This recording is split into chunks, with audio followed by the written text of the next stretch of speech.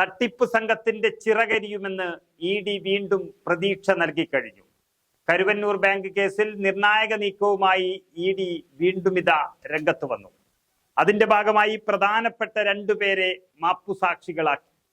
കേസിലെ 33-34 പ്രതികളായ ബാങ്കിന്റെ മുൻ സെക്രട്ടറി സുനിൽകുമാറും മുൻ മാനേജർ ബിജു കരീമുമാണ് മാപ്പുസാക്ഷികളായിരിക്കുന്നത്. ഇതോടെ പാർട്ടിയുടെ ഉന്നതർ കക്കുന്നത് നേരിട്ട് കണ്ടിട്ടുള്ളവരായി അവർ മാറുകയാണ്.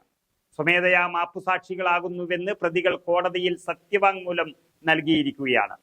ഇരുവരും കോടതിയിൽ ഹാജരായി. ഈ കേസ് ഈ മാസം 21-ലേക്ക് മാറ്റിവെച്ചിട്ടുണ്ട്. ED നേരത്തെ ഇവരുടെ രഹസ്യമൊഴി രേഖപ്പെടുത്തിയിരുന്നു. ബാങ്ക് ക്രമക്കേടിലെ CPM ഇടപെടലിൽ നിർണായക വിവരങ്ങൾ നൽകാൻ കഴിയുന്നവരാണ് ഈ മാപ്പുസാക്ഷികൾ എന്നാണ് ED കണ്ടെത്തിയിരിക്കുന്നത്. അതിനനുസരിച്ചായിരിക്കും ഇനിയുള്ള EDയുടെ നീക്കങ്ങൾ.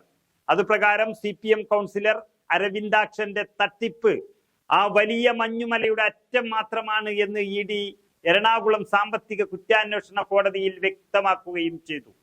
കരുവന്നൂരിലെ തട്ടിപ്പ് പണം CPM അക്കൗണ്ടിലും എത്തിയിട്ടുണ്ടെന്നും ബാങ്കിലെ ഭരണസമിതി മാത്രമല്ല പുറത്തുള്ള പ്രമുഖ രാഷ്ട്രീയക്കാരും ഈ തട്ടിപ്പിന് ഉത്തരവാദികളാണെന്നും ED കോടതിയിൽ പറഞ്ഞു കഴിഞ്ഞു. മുൻ മന്ത്രി AC മൊയ്തീന്റെയും CPM നേതാവ് MK കണ്ണന്റെയും കൈകളിലെ വിലങ്ങുകളാണ് ED ദൂരെ കാണുന്നത്.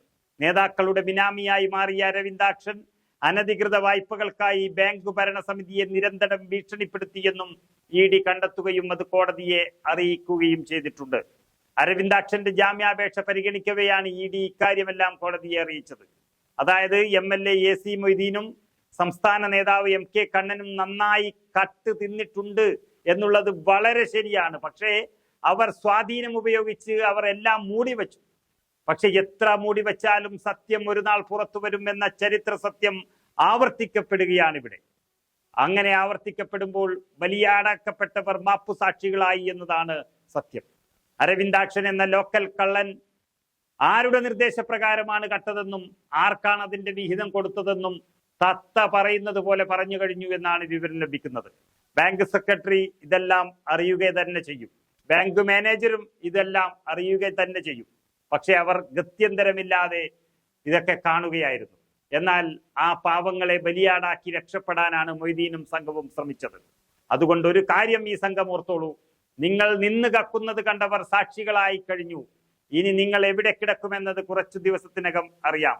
അത് ജയരാജനേക്കും അവസാനം വലിയ കള്ളനിലേക്കും കാര്യങ്ങൾ എത്തിയേക്കാം. ഏതായാലും AKG സെന്ററിൽ ഒരു രോദനം കേട്ടു തുടങ്ങിയിട്ടുണ്ട്.